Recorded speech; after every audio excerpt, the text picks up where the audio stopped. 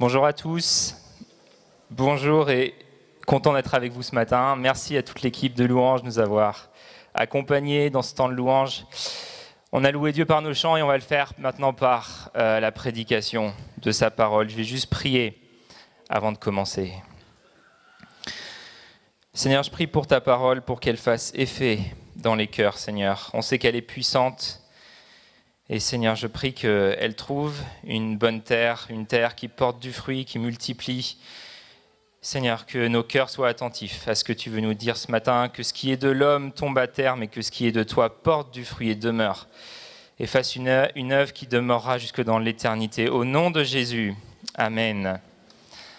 Amen. Alors, ce matin, je vais juste commencer en reprenant ce sur quoi la réforme protestante au XVIe siècle a mis l'accent. Elle a mis l'accent sur le sola scriptura, peut-être vous connaissez ça, l'écriture seule, mais pas que le sola scriptura, on parle aussi du tota scriptura.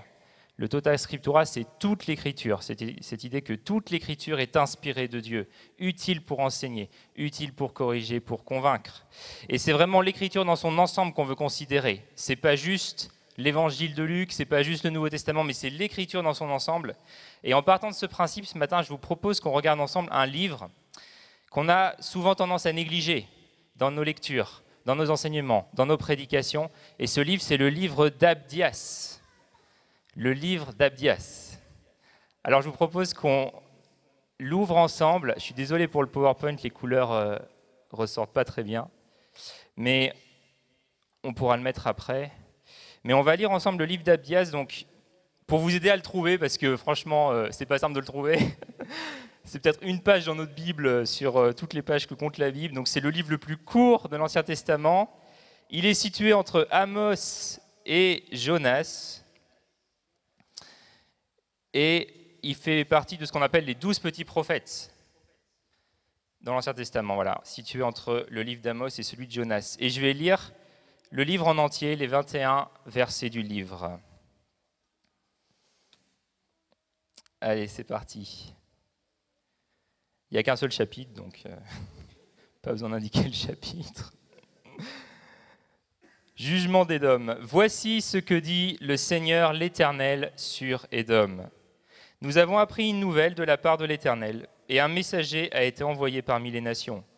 Levez-vous, dressons-nous contre Édom pour lui faire la guerre. Je t'ai rendu petit parmi les nations, tu es l'objet du plus grand mépris. L'orgueil de ton cœur t'a égaré. Toi qui es installé dans le creux des rochers, toi qui habites dans les hauteurs et qui te dis « Qui me fera tomber jusqu'à terre ?» Même si tu places ton nid aussi haut que l'aigle, même si tu le places parmi les étoiles, je t'en ferai tomber, déclare l'Éternel. Si des voleurs, des pillards viennent de nuit chez toi, comme te voilà dévasté, ne voleront-ils pas tout ce qu'ils peuvent? Si des vendangeurs viennent chez toi, laisseront-ils de quoi grappiller? Ah, comme Ésaü est fouillé! Comme ses trésors cachés sont découverts, tous tes alliés t'ont chassé jusqu'à la frontière, tes amis t'ont trompé, ils l'ont emporté sur toi, ceux qui mangeaient ton pain t'ont tendu un piège et tu n'as pas su t'en apercevoir. Ce jour-là, déclare l'Éternel, je ferai disparaître d'Édom les sages et de la montagne d'Ésaü l'intelligence. Tes guerriers, tes mânes seront dans une telle épouvante que tous les habitants de la montagne d'Ésaü mourront dans le carnage. À cause de ta violence contre ton frère Jacob, tu seras couvert de honte et tu seras exterminé pour toujours. Le jour où tu te tenais en face de lui, le jour où des inconnus emmenaient ses richesses, où des étrangers entraient dans sa ville et se partageaient au sort Jérusalem, toi aussi tu étais comme l'un d'eux. Ne regarde pas avec plaisir le jour de ton frère, le jour de son malheur. Ne te réjouis pas aux dépens des Judéens le jour de leur ruine et n'ouvre pas une grande bouche le jour de leur détresse. N'entre pas dans la ville de mon peuple le jour de sa ruine. Ne regarde pas son malheur avec plaisir le jour de sa ruine et ne porte pas la main sur ses richesses le jour de sa ruine. Ne te poste pas au carrefour pour exterminer ses fuyards et ne livre pas ses rescapés le jour de la détresse. En effet, le jour de l'Éternel est proche pour toutes les nations. On te fera comme tu as fait, tes actes retomberont sur ta tête. Tout comme vous avez bu sur ma montagne sainte, toutes les nations boiront sans cesse. Elles boiront jusqu'à l'ivresse. et elles seront comme si elles n'avaient jamais existé. Cependant, il y aura des rescapés sur le mont Sion. Il sera saint, et la famille de Jacob reprendra ses possessions. La famille de Jacob sera un feu, et la famille de Joseph une flamme, mais la famille d'Ésaü sera de la paille qu'elles allumeront et brûleront, et il ne restera rien de la famille d'Ésaü, car l'Éternel a parlé. Les habitants du Néguev posséderont la montagne d'Ésaü, et ceux de la plaine le pays des Philistins. Ils posséderont le territoire d'Éphraïm et celui de Samarie, et Benjamin possédera Galaad. Les exilés, cette armée d'Israël, posséderont le pays occupé par les Cananéens jusqu'à Sarepta, et les exilés de Jérusalem qui sont à Sépharad posséderont les villes du Néguev. Des libérateurs monteront sur le mont Sion pour juger la montagne d'Ésaü, et à l'Éternel appartiendra le règne. Amen. Ok, alors, cet oracle de jugement, ce texte, il est définitivement compliqué pour nous qui sommes au XXIe siècle et qui avons à regarder un jugement de Dieu sur un peuple qui est situé au VIe siècle avant Jésus-Christ. Mais je crois ce matin que ce texte il a été transmis pour nous, qui vivons environ 2600 ans après tous les événements qui sont contenus dans ce livre. Donc quelques mots d'introduction sur le livre. On ne connaît pas grand-chose du prophète Abdias, on ne sait pas exactement la période à laquelle il a vécu. Ce livre est le plus court de l'Ancien Testament et c'est essentiellement un jugement, vous avez pu vous en apercevoir, sur le peuple d'Édom. Alors, qui est Édom ? On peut mettre la première diapo, s'il vous plaît. Édom, c'est super important d'avoir ça en tête, c'est un peuple frère du peuple d'Israël. Pourquoi ? Regardez, j'ai fait un petit schéma pour essayer de bien qu'on ait les choses en tête. Isaac, le fils d'Abraham, avec Rebecca, a eu 2 fils, Jacob et Ésaü, qui sont frères. Et les descendants d'Ésaü sont les Édomites.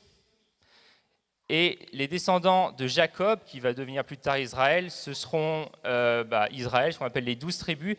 Et peu après l'époque de Salomon, il va y avoir un schisme entre le royaume du Nord et le royaume de Juda. Et donc ici dans le texte, quand on parle de Jacob ou de Juda, ça fait référence à ces fils de Jacob, ça fait référence à Israël, alors qu'Édom fait référence à Ésaü, qui est frère d'Israël. C'est important d'avoir ça en tête parce que ça va nous guider dans la lecture de ce livre. Et en fait, l'histoire qu'on a dans ce livre, c'est l'histoire de peuples fraternels qui, tout au long de l'histoire, vont se faire la guerre. Israël et Édom, tout au long de leur histoire, se sont fait la guerre. David va les soumettre sous son règne, mais il y aura comme un affrontement incessant entre ces deux peuples. En fait, c'est l'histoire de peuples frères qui, à un moment de l'histoire, s'entretuent. Et pour nous, on pourrait peut-être comparer ça aux Serbes ou aux Croates lors de la guerre de Yougoslavie. C'était des peuples frères qui se sont entretués lors de la guerre de Yougoslavie. Mais si vous remontez même un peu plus tôt dans l'histoire, un peu plus tard dans l'histoire, la France et l'Allemagne, c'est le cas aussi, qui pendant des siècles se sont fait la guerre, étaient des peuples frères à la base. Et le mot clé du livre, c'est le mot « jour ». Peut-être vous l'avez remarqué, quand j'ai lu le texte, il y a beaucoup de fois le mot « jour » qui revient. Il revient 12 fois, on le trouve au verset 8, 2 fois au verset 11, 3 fois au verset 13, 4 fois au verset 12, verset 14, 15. Et dans ce livre, il y a 3 jours qui sont mentionnés. 3 jours dans ce livre dont il est question. Le jour d'Édom, le jour de Jacob ou jour de Juda et le jour du Seigneur. Et les 2 premiers jours sont absolument liés.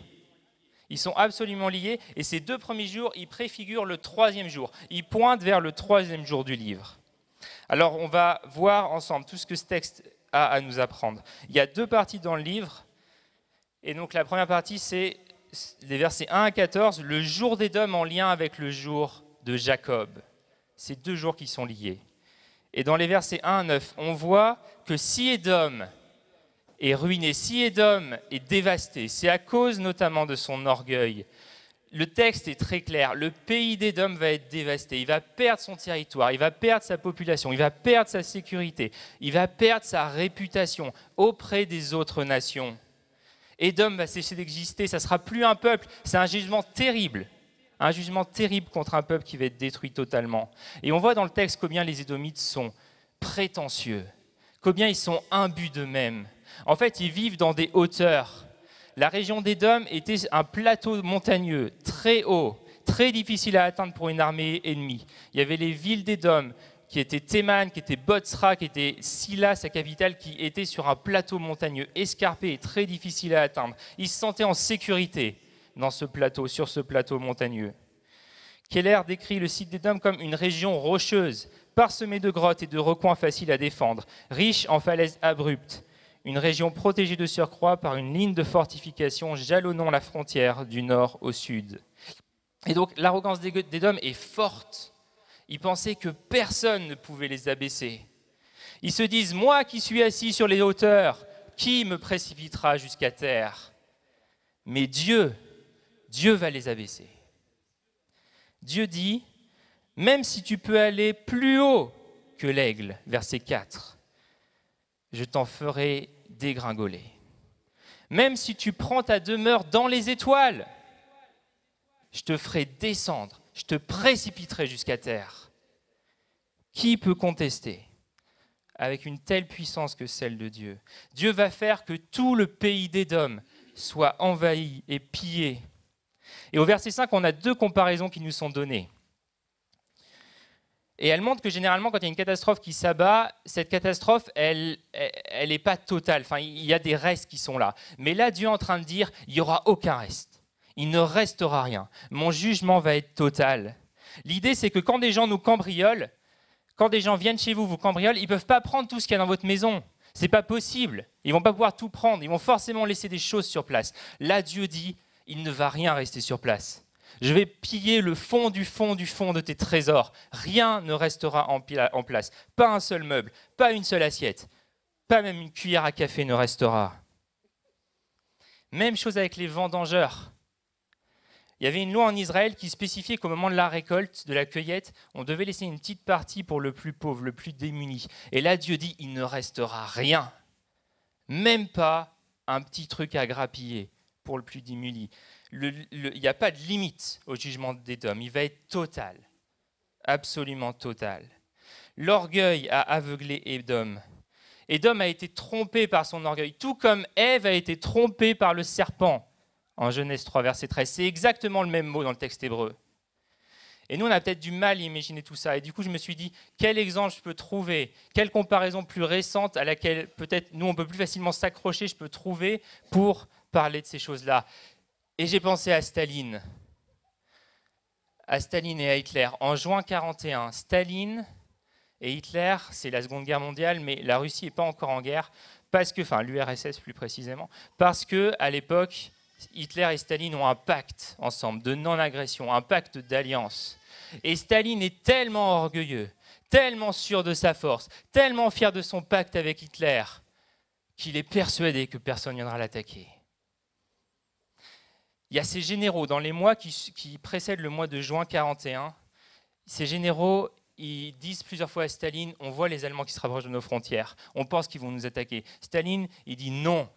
C'est pas possible. Il a même interdit à quiconque de lui parler de ce sujet-là sous peine de le faire exécuter. Tellement il était persuadé que ça n'arriverait pas.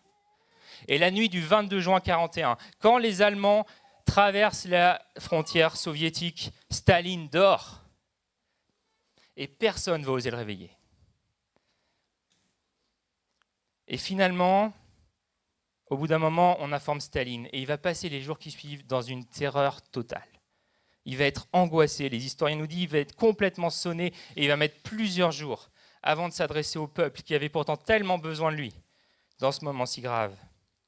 Et Staline a été trompé par Hitler, par celui qui était son allié, qui disait être de son côté. Et de même, Édom va tout perdre, mais pas n'importe comment, par ses alliés même, par ceux en qui il mettait sa confiance. Le pillage d'Édom va se faire par ses alliés. Tous tes alliés, regardez le verset 7, tous tes alliés t'ont chassé jusqu'à la frontière. Tes amis t'ont trompé. Ils l'ont emporté sur toi. Ceux qui mangeaient ton pain t'ont tendu un piège. En fait, on peut voir Édom comme un avion qui a 4 moteurs. 4 moteurs. Et ces 4 moteurs, cet avion quadrimoteur, ces 4 moteurs, c'est 4 choses dans lesquelles Édom est excessivement fier, dans lesquelles il met sa confiance. Ces choses, c'est ses richesses, verset 6. Ses alliances avec ses alliés, verset 7, son intelligence, verset 8, et ses puissants guerriers, et sa force, verset 9. Mais Dieu va tout lui enlever. Il va faire péter ces 4 moteurs pour que l'avion d'Édom tombe comme une mouche et s'écrase violemment contre terre. Édom va être pillé. Édom va être trahi par ses alliés. Il n'y aura plus de pensée intellectuelle. Regarde ce que dit Dieu. Je ferai disparaître d'Édom les sages et de la montagne d'Ésaü l'intelligence. Il n'y aura plus de force militaire. Tes guerriers au Théman seront dans une telle épouvante que tous les habitants de la montagne d'Ésaü mourront dans le carnage. Édom n'est plus un peuple. Voilà le jour de destruction dramatique que Dieu prépare. Le pays et ses habitants n'existera plus. C'est un saccage. C'est une destruction totale, telle qu'on l'a rarement vue dans l'histoire de l'humanité. Et le texte nous laisse apercevoir combien c'est un moment terrible. Je vais te rendre petit, je vais te faire disparaître, je vais te rendre méprisable, je vais te précipiter à terre. Les amis, on ne va pas se mentir ce matin. Je pense qu'on a tous nos livres préférés dans la Bible. On a tous mis en rouge, en gras, en souligné les passages de bénédiction que Dieu a pour nous dans sa parole. Mais quand on va voir ce genre de section, quand on arrive aux 12 petits prophètes et à ce genre de section, beaucoup d'entre nous, beaucoup de chrétiens n'y sont jamais allés faire un tour. C'est comme si les pages de nos Bibles restent collées à cet endroit-là. Mais quand on voit la dureté d'un tel jugement, quand on voit un langage aussi fort contre ceux qui se rebellent contre Dieu et qui persistent dans l'orgueil, on ferait bien de prendre garde à de tels passages. On a besoin de lire ces textes et d'y être confronté. Et honnêtement, ce matin, je me demande comment on peut lire un tel texte et ne pas se sentir repris. Est-ce que l'orgueil ne nous aveugle pas, nous aussi? Dans quoi est-ce que ce matin, tu mets ta confiance, ta sécurité, ta fierté? Est-ce que c'est dans tes richesses? Est-ce que c'est dans ta force? Est-ce que c'est dans ta connaissance? Tu sais, une maladie comme Alzheimer pourrait tellement facilement emporter en quelques mois ce que tu as mis des années à accumuler de connaissances.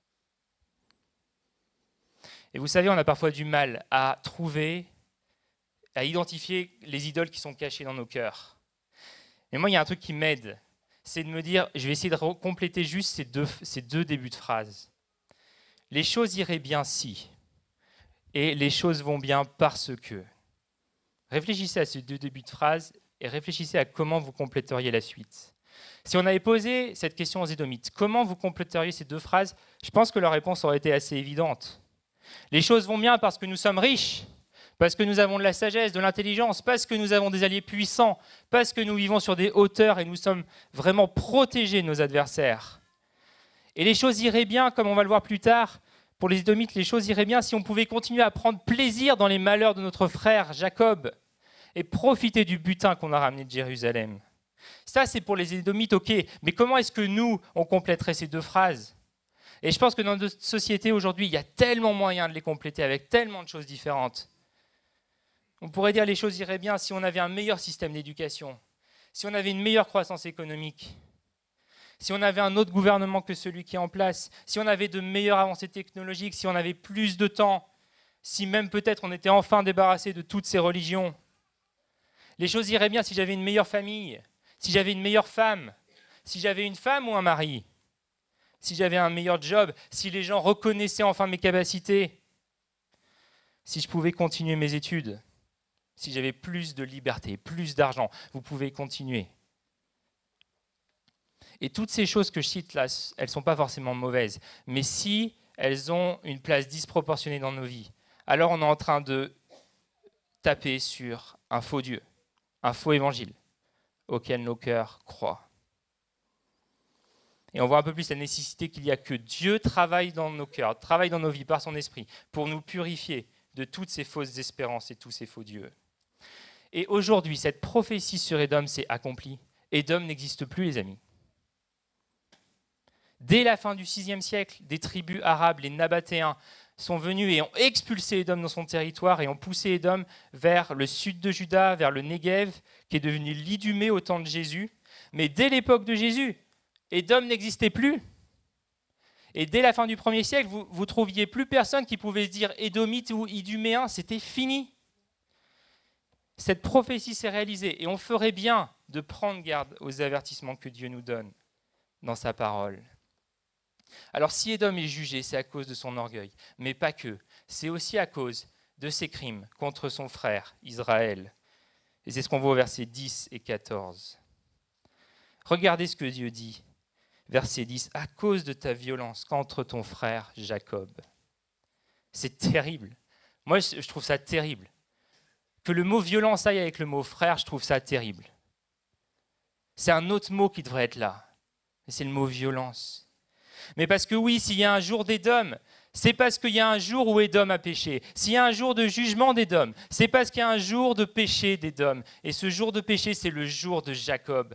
Qu'est-ce que c'est le jour de Jacob? C'est le jour où les armées babyloniennes ont envahi le territoire de Juda.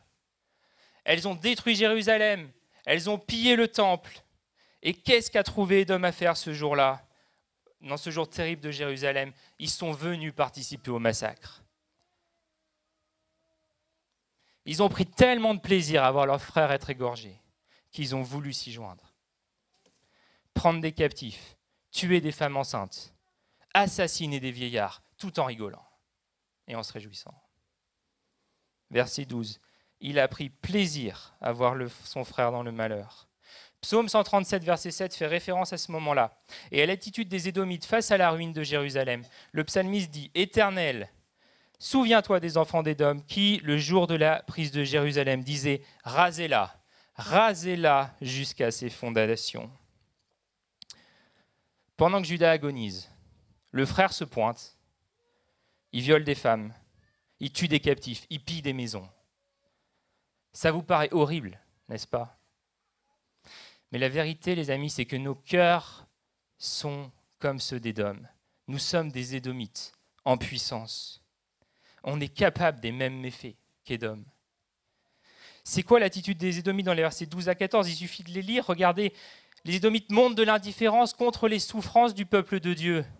Ils sont comme ce prêtre et ce lévite dans la parabole du bon samaritain qui voit le gars par terre au bord du chemin agoniser et qui passe indifférent, l'air de rien, ok, j'ai rien vu. Ils ont plaisir à voir Jacob souffrir et ils contribuent même aux souffrances de Jacob. Et quand on se regarde honnêtement, quand on se regarde pour ce qu'on est vraiment, c'est-à-dire des pécheurs, on réalise qu'on est pareil que les Édomites. On est tellement capable d'être indifférent à la souffrance de l'autre. On est même capable de nous réjouir des peines des autres et on est même capable de contribuer à la douleur des autres. Secrètement en nous, au fond de notre cœur, il y a ça qui est inscrit. Nous ne voulons pas la réussite et le bonheur des autres. Parce que si l'autre réussit, moi, ça pourrait me porter préjudice. Est-ce que vous vous rendez compte de la capacité qu'a l'homme à être tordu dans son cœur? À quel point notre cœur est tordu pour qu'on pense que si l'un réussit, moi, ça va me porter préjudice et ça va me blesser. À quel point on est tordu pour penser que si l'un est abaissé et mis par terre dans la détresse, moi, ça va m'élever et me rendre gloire. Parfois, on accepte tout de même que l'autre puisse avoir des succès en son entreprise, mais tant qu'il ne nous dépasse pas, tant qu'il ne vient pas empiéter sur nos plates-bandes, tant qu'il n'est pas trop gênant pour nous, ça va. Mais voilà où on en est tous. On pense tous ainsi, on n'est pas meilleur que les générations passées, on n'est pas meilleur que les Israélites ou les Édomites. On est tous profondément marqués par le péché, que vous le vouliez ou non. Je ne sais pas si vous avez écouté les infos dernièrement ou suivi le foot. Moi, j'aime beaucoup le foot. Et si vous avez suivi le foot, je pense que vous n'avez pas pu rater ce qui s'est passé il y a 10 jours, l'élimination du PSG en 8e de finale de Ligue des Champions. Bon, et moi, j'avoue, je suis supporter de Marseille. Alors, ce n'est pas très populaire de dire ça ici. Mais je supporte l'OM. Mais il y a quelque chose qui m'a marqué, c'est de voir, suite à la défaite de Paris, les commentaires sur les réseaux sociaux, et les commentaires notamment de supporters marseillais. Mais ils avaient un tel plaisir à voir la défaite des Parisiens. Et pas que les Marseillais, j'ai l'impression que c'était la France entière, enfin, tous ceux qui ne supportaient pas le PSG. Mais il y avait comme une joie, une exultation à voir Mbappé effondrer à la fin du match. Et vous voyez, les amis, ces mêmes sentiments, cette même haine, cette même exultation, cette même jouissance quand tu vois Mbappé en larmes à la fin du match, et que j'ai même retrouvé dans mon cœur, et ben, ces sentiments encore plus intenses, c'est ceux-là qui apparaissent quand il y a une guerre entre deux nations qui éclate. Ne vous étonnez pas qu'il y ait des guerres. Ne vous étonnez pas que le péché pousse des nations à massacrer d'autres. Ne fondez pas votre espoir dans la prospérité, parce que l'histoire de ce monde n'est que guerre, re-guerre et re-guerre et courte période de prospérité. Aujourd'hui en Europe, on arrive à 75 ans de prospérité. Pour combien de temps encore? Est-ce que ça va durer? L'histoire se répète inlassablement. Et peut-être qu'un jour, à nouveau, nous aussi, nous serons touchés par la guerre. Alors avec cette première partie qui s'achève, on va passer à la dernière partie, le jour de l'Éternel, versets 15 à 21. Parce qu'il y a une dimension eschatologique à cet oracle. Ça peut surprendre, on est dans le cadre d'un conflit entre deux petites nations. C'est l'Île-de-France contre Rhône-Alpes, ce conflit. Ce n'est pas les États-Unis contre l'URSS, c'est un petit truc au niveau mondial. Mais il y a une dimension eschatologique à cet oracle, c'est-à-dire que le jour d'Édom, il est précurseur du grand jour de l'Éternel. Et ce jour de l'Éternel est un jour pour toutes les nations, parce que Dieu, Yahvé, n'est pas seulement le Dieu d'Israël, il est le Dieu de toutes les nations, même de celles qui ne le reconnaissent pas, qu'on le veuille ou non. Dieu est le Dieu de toutes les nations, il règne sur sa création et rien n'échappe à sa souveraineté. Et ce grand jour de l'Éternel, c'est un jour de jugement. Et on a parfois du mal à comprendre le jour du jugement. Et Dieu, dans sa pédagogie, nous donne des événements auxquels on peut se raccrocher pour comprendre ce grand jour de jugement. Imaginez un grand astéroïde qui va venir frapper la Terre. Avant que cet astéroïde vienne, il y aura des petits débris, des petites météorites qui vont venir toucher la Terre, tac, tac, tac, tac, à différents endroits différents. Et c'est ça l'idée, c'est que ces petites météorites qui viennent toucher la Terre, elles annoncent ce gros rocher, ce gros astéroïde qui vient, qui va frapper violemment la Terre. Et c'est comme si Dieu disait, regardez ce qui est arrivé à Édom. Ça, c'est le petit débris qui annonce un jour de jugement encore plus terrible qui s'en vient. Ce jour de jugement s'en vient, et dans ce jour, Dieu rendra à chacun de nous selon nos œuvres. Dieu jugera chacun selon nos œuvres. Un poète polonais, prix Nobel de littérature, écrit « Nous assistons maintenant à une transformation. Le véritable opium du peuple, il reprend là la phrase qu'avait dit Karl Marx, l'opium du peuple, c'est la religion, c'est le fait de croire dans une vie après la mort. Voilà ce qu'il dit, le véritable opium du peuple n'est plus maintenant le fait de croire dans une vie après la mort, mais désormais de croire au néant après la mort. À l'immense soulagement que l'on éprouve, en pensant que nos trahisons, notre cupidité, notre lâcheté, nos meurtres ne seront pas jugés. » Ça, c'est l'opium de notre peuple en France au XXIe siècle. Mais la Bible dit très clairement que notre vie sera évaluée par Dieu à la fin des temps. Et que dans toute l'histoire de l'humanité, aucun homme, si ce n'est Jésus, n'a vécu une vie parfaite et une vie que Dieu approuve. On est tous pécheurs, on est tous sous le coup de la colère de Dieu. Et c'est cette colère qui t'attend et qui viendra te frapper violemment, à moins que tu ne viennes trouver refuge en Jésus-Christ, qui est mort pour nos péchés. Alors je suis conscient que ce n'est pas trop dans l'air du temps de parler du jugement de Dieu, de la colère de Dieu. Ce n'est pas très vendeur comme thématique. Il y a mieux. Mais c'est une dimension qu'il est super important de comprendre. Et j'aimerais m'arrêter ce matin sur cette question. Qu'est-ce que la colère de Dieu ?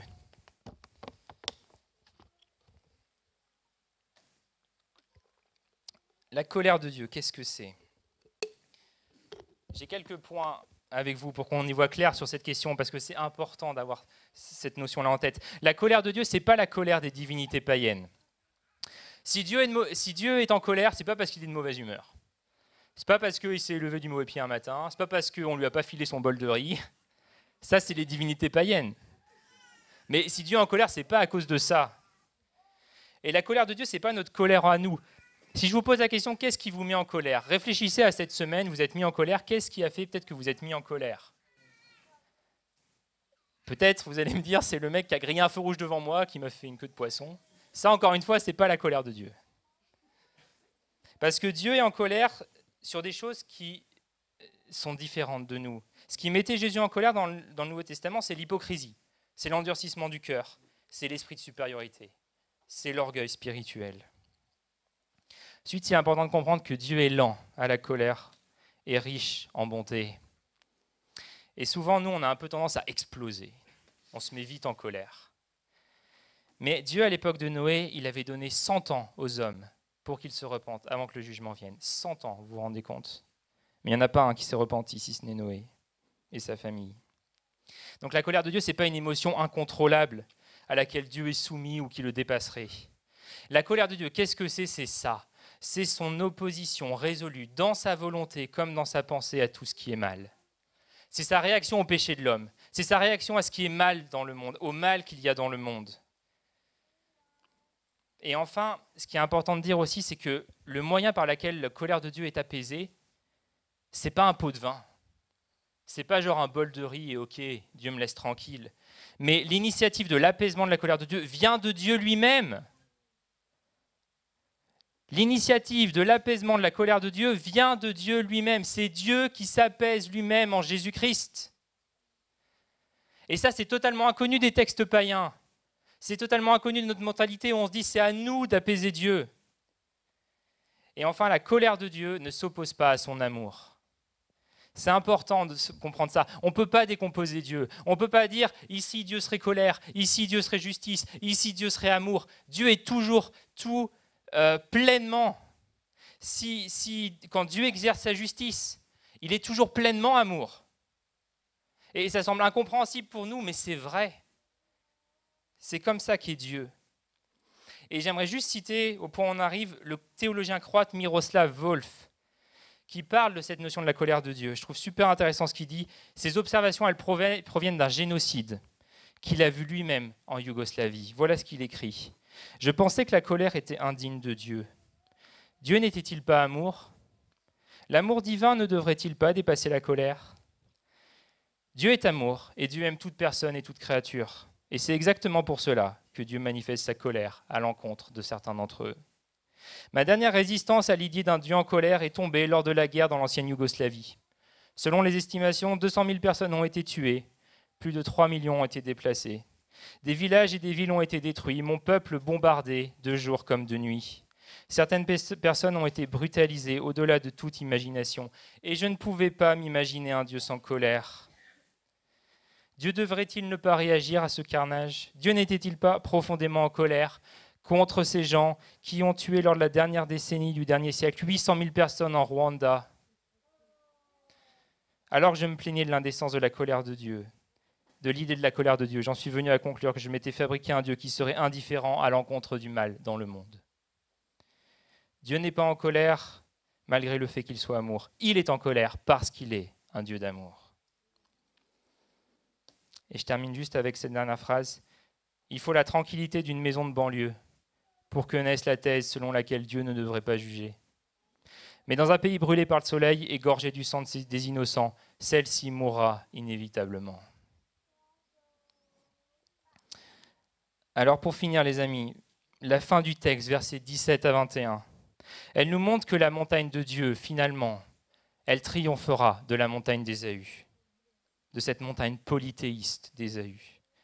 Et ici, on a un parallèle qu'on ne peut pas manquer dans Abdias, entre ce livre d'Abdias justement et plusieurs livres de la Bible qui nous montrent l'humanité comme étant divisée en deux parties opposées l'une à l'autre. On peut mettre la dernière diapo. D'un côté, on a le peuple de Dieu, et de l'autre, on a ceux qui s'opposent à Dieu. Et cette division de l'humanité, elle commence dès Genèse, dès le Jardin d'Éden, entre la postérité de la femme et la postérité du serpent. Elle se retrouve dans tout l'Ancien Testament, entre Babylone et Jérusalem. Et on la retrouve dans Abdias, Édom d'un côté, ceux qui s'opposent à Dieu, Israël de l'autre, le peuple de Dieu, la montagne d'Ésaü contre le mont Sion. Et même Hérode le Grand. Hérode le Grand, c'était un roi iduméen, c'était un roi qui venait d'Édom, et il a cherché à tuer Jésus, qui est le véritable Israël. Et enfin, dans l'Apocalypse, la grande Babylone vs la nouvelle Jérusalem. Et toute la Bible nous invite à une chose, à choisir notre camp, à sortir de Babylone pour trouver refuge dans la nouvelle Jérusalem. Et on connaît la fin de l'histoire dans l'Apocalypse. La grande ville Babylone tombe, et c'est Jérusalem, la nouvelle Jérusalem qui est bâtie. Alors tous les croyants vivront pour l'éternité en la présence de Dieu. Le péché ne sera plus, et comme dit Abdias, verset 21, à l'Éternel appartiendra le règne. Voilà la prophétie du livre d'Abdias. Quelle richesse il y a dans ce petit livre. qui nous parle de l'Évangile, qui nous parle de Jésus-Christ, qui nous amène jusque dans l'éternité, le jour où la consommation de toutes choses aura lieu et on aura des millions, de milliards d'années pour vivre dans la présence de Dieu, complètement libérés de la mort et de la présence du péché. Alors j'aimerais juste terminer en vous laissant avec quelques considérations pratiques, 4 exactement, considérations pratiques sur ce qu'on a vu ce matin. La première, c'est que Dieu règne et il règle la destinée des nations comme il le souhaite. Il règne sur toutes les nations, il est souverain sur absolument tout. Par conséquent, pourquoi s'affoler? On peut prier celui qui dirige toutes choses. On peut se confier en lui. Sproul dit, la plupart des chrétiens reconnaissent la souveraineté de Dieu, mais ils croient en la souveraineté de l'homme. Mais c'est Dieu qui est souverain, les amis. Il est souverain sur toutes les nations. Il est souverain sur tout ce que tu vis, sur tout ce que tu as vécu et sur tout ce que tu vivras. Il est totalement bon et capable de changer le mal en bien. La deuxième remarque, c'est voyez où l'orgueil mène. Qui peut dire parmi nous ce matin qu'il n'a jamais été trompé par son propre cœur? Qui peut dire ça? L'orgueil est universel, il est au fond de notre cœur à tous. Et l'arrogance précède la chute, l'orgueil précède la ruine. Et si on s'y laisse aller, nous aussi on connaîtra un grand jour bien violent, comme Édom l'a connu. La troisième chose, c'est si tu as réalisé combien ton cœur peut être tortueux. Alors juste, je t'invite à faire acte de repentance devant Dieu. Si tu as réalisé que peut-être au bureau, dans ton boulot, tu ne souhaites pas qu'il y ait un collègue qui te dépasse, tu ne souhaites pas qu'il y ait des gens qui prospèrent, des amis qui prospèrent parce que tu as peur qu'ils empiètent sur tes plates-bandes. Peut-être que tu te dis même que tu es sans cesse en train de rabaisser les autres parce que tu as besoin de t'élever toi. Mais je te propose juste de faire un bilan honnête de ton cœur ce matin et de considérer combien tu as besoin, combien nous avons tous besoin de la grâce de Dieu pour qu'un changement soit opéré dans nos cœurs. Et la dernière remarque, c'est qu'il y aura un jour de l'Éternel. Il y a un jour qui est prévu, Jésus nous en a parlé, Paul nous en a parlé, l'Apocalypse nous en a parlé, toute la Bible nous en parle. Où est-ce que tu seras le jour du jugement? Est-ce que tu seras avec Édom? Est-ce que tu seras avec les nations? Ou est-ce que tu seras sur le mont Sion, avec les rescapés du mont Sion? Ne quittez pas cette salle ce matin, les amis, sans avoir une conception très claire du jour de jugement de l'Éternel. Ce grand jour va venir et c'est sûrement le rendez-vous le plus important de votre vie. Alors, on est très doué pour préparer des entretiens d'embauche, pour préparer un rendez-vous avec notre banquier. Mais où est-ce qu'on en est dans la préparation de ce grand jour de l'Éternel? Si tu réalises ce matin que tu n'es pas prêt à ce grand jour de jugement, si tu as l'impression que tu fais partie de la bande d'Édom, que tu n'as jamais vraiment reconnu Jésus, que tu n'as jamais fait acte de repentance devant Dieu, je t'invite à venir me voir à la fin du culte, à venir voir Fabrice. On est là. On aimerait prier avec toi. On aimerait passer un temps avec toi. Et si tu es chrétien ce matin, si tu es réellement né de nouveau, alors qu'est-ce que ce grand jour de l'Éternel doit susciter dans ton cœur? Je vous propose 3 pistes de réflexion. Et la première chose, c'est la louange. Amen, la louange. Parce que, en tant que chrétien, tu n'as pas à subir la colère de Dieu. Christ l'a subi à ta place. Les conséquences du péché ne sont pas pour nous. Jésus s'en est chargé à la croix. Et cette prophétie d'Abdias, pour moi, elle doit contribuer à remplir nos cœurs de louange pour la grâce de Dieu envers nous. Vous savez, franchement, très honnêtement, les amis, la surprise pour moi, quand je vois tout ce qu'il y a dans mon cœur, c'est pas que Dieu ne juge pas, enfin me juge, mais c'est plutôt que Dieu fasse grâce. Ça, c'est la vraie surprise. Quand on voit ce qu'il y a dans le cœur de l'homme, quand on voit l'actualité qu'il y a à la télé tous les jours et le péché de l'homme qui est manifeste aux yeux de tous, la vraie surprise, c'est que Dieu fait grâce.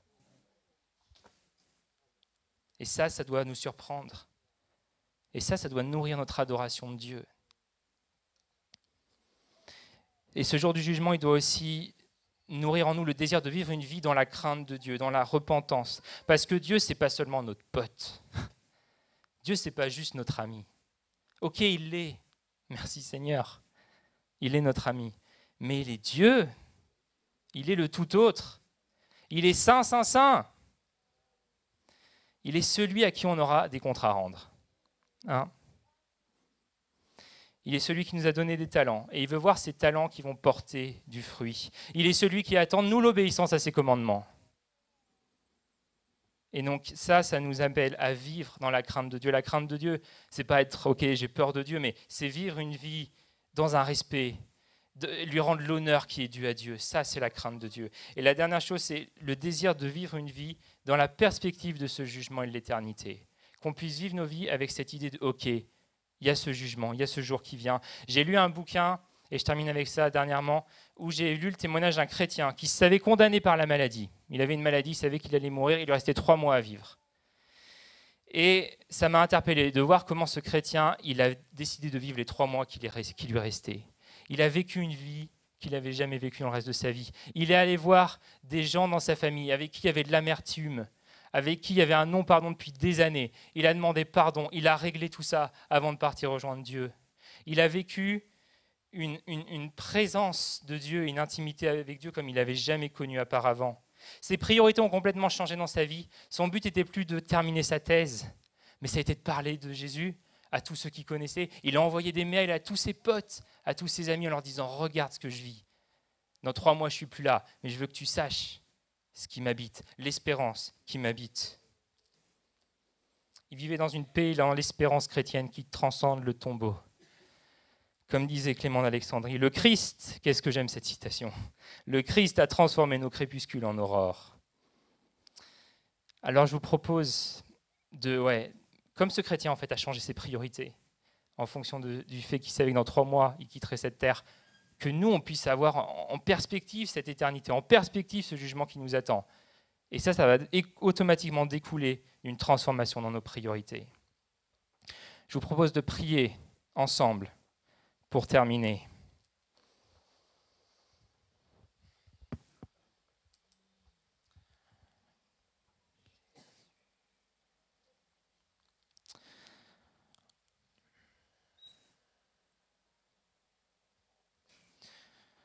Seigneur, que ce matin, personne ici dans cette salle ne laisse filer ce grand jour de l'Éternel. Que personne ici, Seigneur, ne laisse filer cette prophétie d'Abdias et les paroles qui sont ta parole, Seigneur. Seigneur, tu vois nos cœurs, tu sais là où on en est chacun. On te demande de venir les sonder ce matin, de venir les éprouver, de venir regarder si on est sur une mauvaise voie, de nous conduire sur la voie de l'éternité, Seigneur. Seigneur, on veut mettre en application cet adage qu'avait Luther dans sa vie. Toujours juste, toujours pécheur et toujours repentant, Seigneur. Guide-nous dans une repentance quotidienne. Guide-nous, que ton esprit travaille en nous à notre sanctification, à nous travailler, à nous permettre de ressembler à Jésus-Christ. Seigneur, guide mes frères et sœurs, que cette prédication fasse écho dans leur cœur pour ta gloire, qu'elle porte du fruit, qu'elle soit utile pour leur vie. Au nom de Jésus, Amen. Amen. On va juste passer à un temps de Sainte Seine. Ce qu'on va faire, c'est que je vais te proposer les personnes qui ont été désignées, s'il vous plaît, si vous pouvez venir pour distribuer les éléments. Et je vais juste mettre un chant, si tu peux le mettre, qui dure 5 minutes et pendant lequel vous pouvez prier, vous pouvez chanter ce chant si vous voulez, mais vous pouvez prier, vous pouvez rester dans cette réflexion suite à la parole de Dieu qui a été partagée et avoir ce temps de réflexion autour de tout ça. Et pendant ce temps, on peut distribuer les éléments de la scène.